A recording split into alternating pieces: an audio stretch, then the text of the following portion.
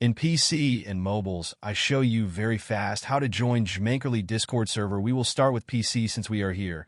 For this case, go to the application with your account started, and after that, click on the bottom left button called Discover.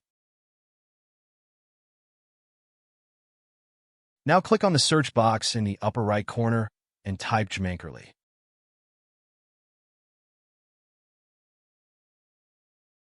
Now click on the server. When you are inside, click on Join at the top.